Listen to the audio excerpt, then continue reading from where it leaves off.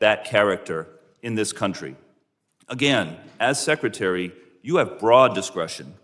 Will you consider Lance Corporal Bronco's father for parole in place to stay in our country, owing to the fact that he has contributed to our country by raising 3 United States Marines?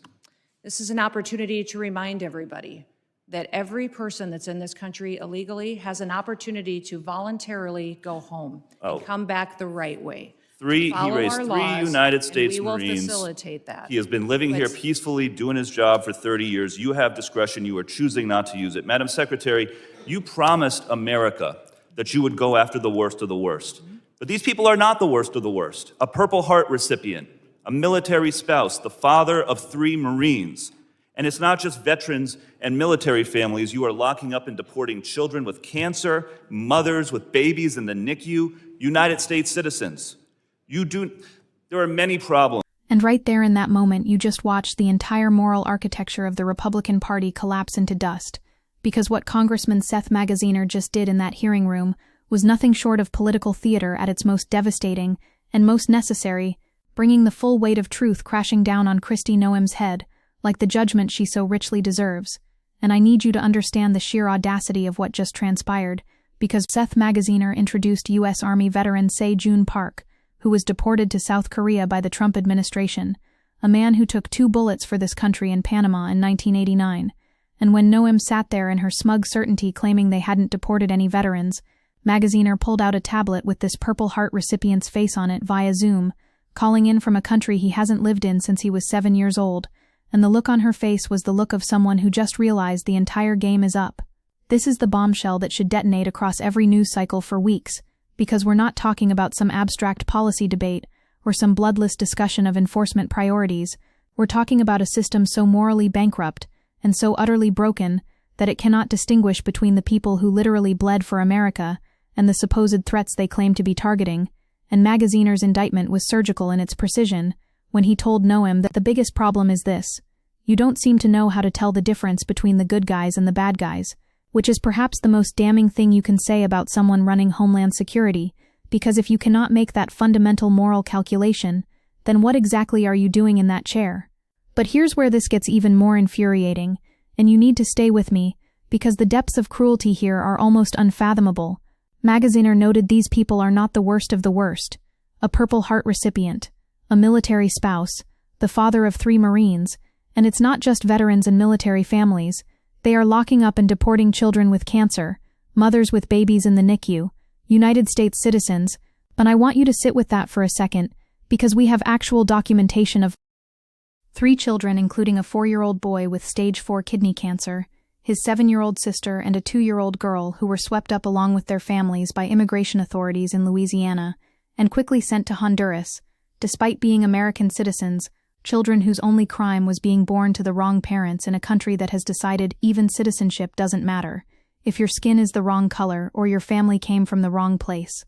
The cynicism required to execute these policies while wrapping yourself in the flag and claiming to support the troops is breathtaking in its scope. Park was forced to self-deport over the summer due to drug possession charges linked to his military PTSD, telling NPR, "I can't believe that this is happening in America. That blows me away, like a country that I fought for, which should be carved into marble somewhere as the epitaph for this entire godforsaken administration, because here is a man who suffered trauma in service to America, who developed substance abuse issues as so many veterans do when they come home broken from wars we sent them to fight, who got sober and stayed sober for 14 years, and the thanks he gets is deportation to a country that is entirely foreign to him because he hasn't lived there since childhood. Now let's talk about the systematic nature of this betrayal, because this isn't an isolated incident or some bureaucratic mistake. Under the Trump administration, DHS has increasingly arrested, detained, and deported service members, veterans, and their families, and the Trump administration's detention and deportation of non-citizens who have served the U.S. military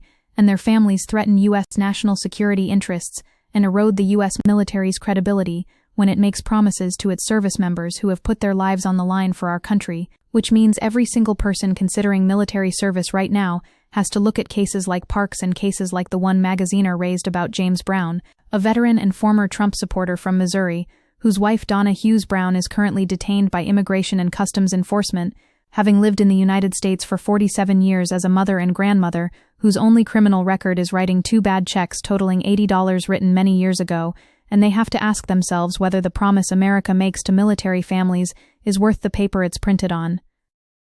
The father of 3 Marines that Magaziner referenced, that's Narciso Barranco, a man who has lived here peacefully for 30 years, doing his job raising 3 sons who all became United States Marines. And when Magaziner asked Noem whether she would exercise her discretionary authority to grant parole in place for this man, whose contribution to America is literally 3 Marine sons, her response was to say everyone illegally in the country has an opportunity to voluntarily go home and come back the right way, which is such a textbook example of bureaucratic cruelty masquerading as rule of law that it makes you want to scream because, as Homeland Security Secretary Noem, has broad authority when it comes to decisions about who to deport, and she is doing a lot of gaslighting by suggesting it's not her fault that veterans such as Park have minor drug charges on their records, but it is her fault that she is deporting those who she doesn't have to deport. This is the critical point that gets lost in the noise of enforcement rhetoric, because discretion exists precisely for cases like these. Parole in place is a tool that recognizes the important sacrifices made by U.S. service members, veterans, enlistees, and their families, providing discretionary options such as parole or deferred action on a case-by-case basis, and it exists specifically to prevent the kind of family separation and moral catastrophe we're witnessing. But this administration has systematically dismantled those protections because, after January 2025, DHS began limiting its prosecutors' discretion to deprioritize cases that were previously afforded some protection, while ICE has ramped up indiscriminate enforcement actions which have swept in military families and others previously deprioritized for enforcement action. The sheer scale of the betrayal becomes apparent when you look at the cases of children being deported, and I need you to understand, this isn't hyperbole or partisan exaggeration. One child is a 4-year-old suffering from a rare form of metastatic cancer, who was deported out of the country without medication or consultation with their treating physicians, despite ICE being notified in advance of the child's medical needs, which is a sentence that should make every single person, regardless of political affiliation, stop and reckon with what kind of country we have become, when we will literally send a dying child with stage 4 cancer out of the country without their medicine, because we have decided that immigration enforcement is more important than a child's life. And the lawyers representing these families are clear about what happened here. The mothers were coerced into taking their U.S. citizen children and prohibited from communicating with other family members or their lawyers until they arrived in Honduras, with attorneys saying the deportation of a U.S. citizen not given any way to contest that or express the option to stay in the United States is unprecedented, which means ICE deliberately isolated these families, prevented them from accessing legal counsel, and then put them on planes in the pre-dawn hours to get them out of the country before anyone could intervene. And when the Trump administration tries to claim the mothers chose to take their children, attorneys say they did not request their children to be deported with them. Neither of the moms felt like they had any choice in the matter, and if it was truly a choice situation, then why forbid them from talking to their family members and attorneys? If this was a transparent situation where they could make a choice, then there would have been no reason for immigration authorities to specifically prevent them from being able to talk to their family members and their lawyer. The cognitive dissonance required to support these policies while claiming to be pro-military or pro-law enforcement is staggering because Magaziner offered up a Purple Heart veteran who is now living in South Korea due to ICE and who appeared at the hearing via Zoom, before directing Noem's attention to veteran Jim Brown, who was in the audience, and whose wife, a native of Ireland, has been jailed by DHS for 4 months as she awaits deportation, which means as Noem sat there trying to defend her record, there were actual veterans in that room whose lives have been destroyed by her policies, men who served this country, who now have to watch their wives be imprisoned and deported over minor infractions from years or decades ago, while the Secretary of Homeland Security tells them the law is the law, and discretion somehow doesn't exist, even though it demonstrably does. What Magaziner exposed in that hearing is the fundamental lie at the heart of this administration's immigration policy, the claim that they're going after the worst of the worst, the dangerous criminals and the terrorists, when in fact Democrats pressed Homeland Security Secretary Kristi Noem on alleged wrongful deportations against U.S. military veterans and their families, pointing to audience members they said had family members mistreated by the immigration system, and the Trump administration has been under intense scrutiny for its execution of policies from the detention and deportations of individuals with minor or no criminal records to missile strikes on alleged drug boats in the Caribbean, which reveals a system that is operating without moral guardrails or rational prioritization. The veteran community is watching this happen in real time, and the rage is building because George Reetis said he joined the Army at 18 and served 4 years, including deploying to Iraq in 2019, saying, "I joined the service to help better myself. I did it because I love this country. We are one nation, and no matter what we should be together. All this separation and stuff between everyone is just the way it shouldn't be." And this is a man who, during raids in California, was arriving at work when several federal agents surrounded his car, and despite him identifying himself as a U.S. citizen, broke his window, pepper sprayed him, and dragged him out, with Reddit saying, "It took 2 officers to nail my back, and then 1 on my neck to arrest me, even though my hands were already behind my back." Think about the symbolic violence of that image for a moment. A U.S. military veteran who deployed to Iraq, being held down with a knee on his neck by federal agents who broke his car window and pepper sprayed him despite his identification as a citizen. And Reetis warned this doesn't just affect one person. It doesn't matter if your skin is brown. It doesn't matter if you're white. It doesn't matter if you're a veteran or you serve this country, which is the truth that terrifies people who still believe in American exceptionalism, because once the state decides that even citizenship and military service aren't sufficient to protect you from arbitrary detention and violence, then nobody is safe. The hearing itself was contentious from the start because Noem's testimony was immediately interrupted by protesters shouting for her to stop immigration and customs enforcement raids and end deportations, and they trailed her down the halls as she left the hearing early for another engagement, chanting, "Shame on you." And there's something profoundly telling about the fact that Noem allegedly left the hearing early, claiming she had to attend another meeting that had been canceled, with Noem's office saying the secretary found out the meeting had been called off after leaving the witness table, which looks an awful lot like someone fleeing accountability when confronted with the human consequences of their policies. Multiple Democratic lawmakers called for Noem's resignation, and Rep. Delia Rodriguez said, "You lie with impunity," saying Noem should resign or be impeached. And while that might sound like partisan hyperbole, the evidence presented in that hearing supports the conclusion that Noem has been systematically dishonest about who is being targeted, and when she claimed they haven't deported veterans and the magaziner's staff introduced a combat veteran who had been deported from the country appearing via Zoom on a tablet that a staff member held next to Magaziner. It was a moment of such clarifying truth that even Republican members of the committee couldn't spin their way out of it. The broader context here matters immensely because Congress actually, in July, passed legislation giving DHS roughly $165 billion to carry out its mass deportations agenda and secure the border, with the department getting more money to hire 10,000 more deportation officers, complete the wall between the U.S. and Mexico, and increase detention and removal of foreigners from the country, which means Democrats who voted for that funding bear responsibility for enabling this machinery of cruelty, even as they now express outrage at its operation. And this is the fundamental betrayal of the liberal establishment that progressives have been warning about for years, that you cannot give authoritarian tools to the state and then act surprised when they're used in authoritarian ways. Veterans advocacy groups are sounding the alarm, and Paul Rieckhoff, veteran and founder and executive director of the Iraq and Afghanistan Veterans of America, wrote that Noem never should have been confirmed, but she should be fired over this alone, which represents a breaking point for people who understand that the military covenant, the sacred promise between the nation and those who serve, has been shattered by an administration that views immigration enforcement as more important than honoring the sacrifices of veterans and their families.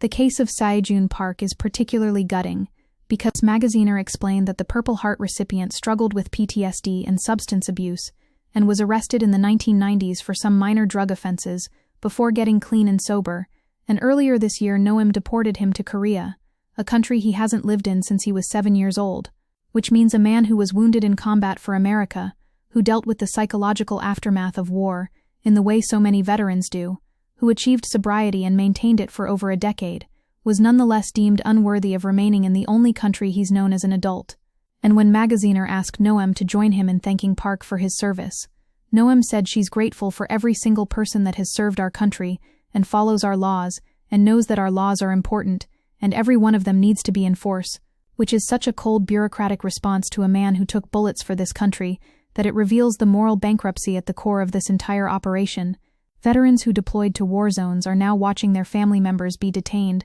and Reverend Salud Carbajal, who came to the U.S. from Mexico as a child and served in the Marine Corps, said, "I find it unconscionable that someone could step up to serve voluntarily in our military and be willing to sacrifice their life for our country only to have their families torn apart, and the fact that we even have to make this argument, that we even have to explain why deporting the parents and spouses of service members is morally indefensible, shows how far we've fallen from any coherent understanding of reciprocal obligation or national honor. The arrests are happening in the most cynical ways imaginable, because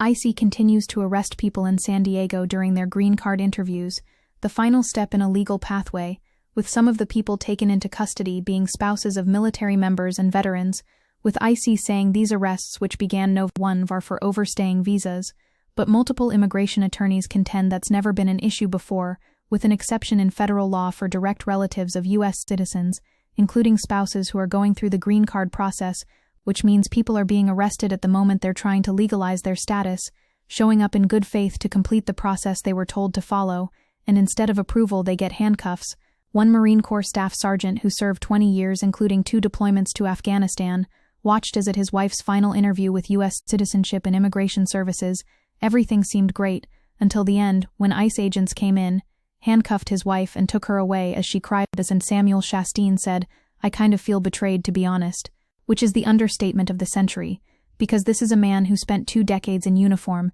deploying to active war zones, who now has to visit his wife in detention, wearing a shirt showing his service, and finding other service members in the same situation, create a support group for the people he's met, saying to me, "It kind of feels like a bond that I built with my fellow Marines when I was over in Afghanistan. You know, we're out there to fight the enemy, and we come together no matter where we're from and fight." The scope of the crisis extends beyond individual cases, because Godfrey Wade, an Army veteran who has lived in the country for 52 years, has spent the past 3 months in the Stewart Detention Center in Lumpkin, Georgia, having emigrated to the U.S. Parfas as a young teenager and joined the Army a few years later, and Wade describes conditions where he slept on a makeshift bed on the floor for almost 2 weeks due to overcrowding, saying, "We don't have any bunk space. We're given what we call boats, and those are placed on the floor with a 2-inch mat," which means a 65-year-old veteran who lived in this country for half a century is sleeping on the floor of a detention center awaiting deportation, while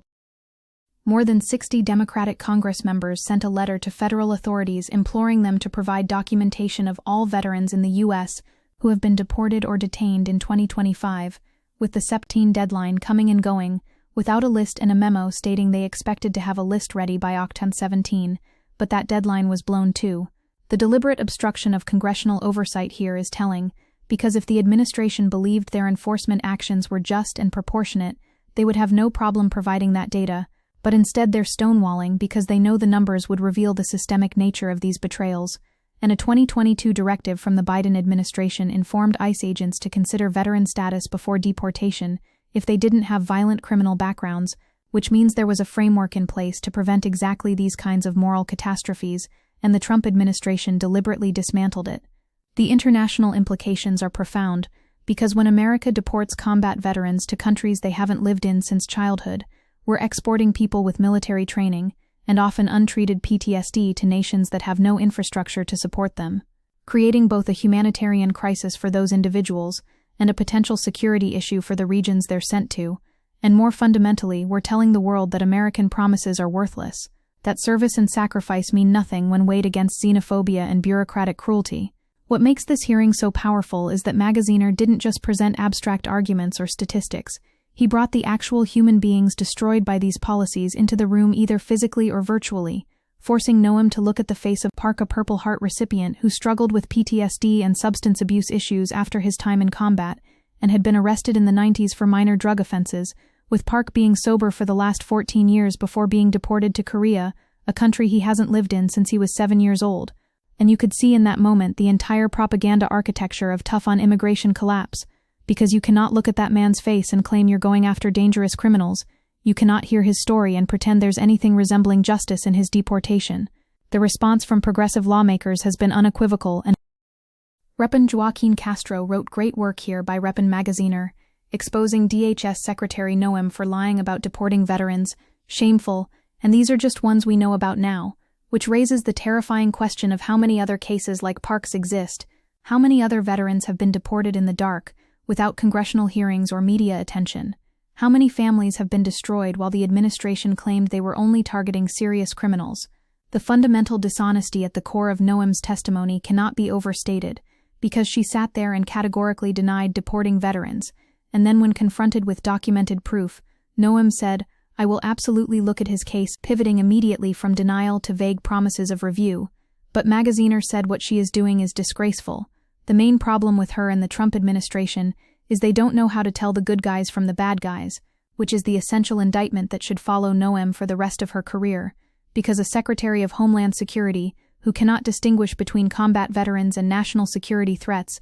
is fundamentally unqualified for the position. This gets to something deeper about conservative ideology and its relationship to the military, because Republicans love to wrap themselves in the flag and claim ownership of patriotism and support for the troops, but when you look at actual policy outcomes, when you examine who bears the costs of their enforcement priorities, it's consistently military families and veterans who get sacrificed on the altar of ideological purity and the cognitive dissonance required to simultaneously claim to support the troops while deporting combat veterans and imprisoning military spouses is sustainable only through deliberate moral blindness. The question that haunts me watching this clip is how we rebuild trust with military families after this. How we convince people to serve when they've watched the government handcuff the wives of Marines at their green card interviews and deport Purple Heart recipients with PTSD. How we maintain any semblance of the social contract when even citizenship and military service provide no protection from state violence, and I don't have good answers because the damage here is existential and profound.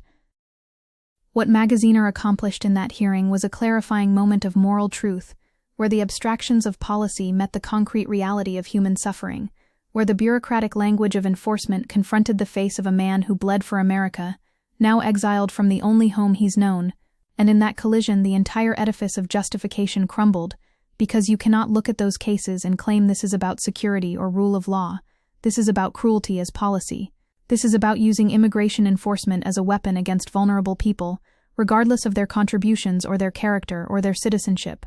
The father of 3 Marines still faces deportation. The wives of veterans remain in detention centers. The deported combat veteran calls in from Korea, trying to figure out how to survive in a country that's foreign to him, while the government that sent him there congratulates itself on enforcement numbers. And if that doesn't radicalize you, if that doesn't make you understand that the system is working exactly as designed to traumatize and destroy families while rewarding the cruelest interpretations of law, then I don't know what will, because this isn't an aberration or a mistake. This is the logical endpoint of treating immigration as a crisis requiring military solutions rather than a policy challenge requiring humanitarian wisdom.